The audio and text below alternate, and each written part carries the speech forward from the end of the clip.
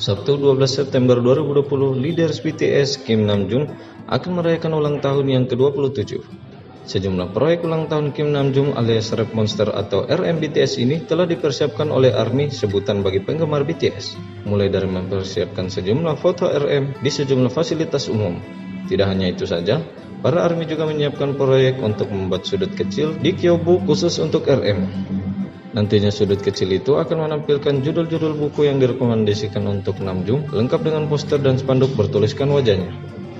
Di rak itu juga akan disertakan kutipan dari lagu RM dan BTS. Diketahui memang RM merupakan personel BTS yang senang membaca.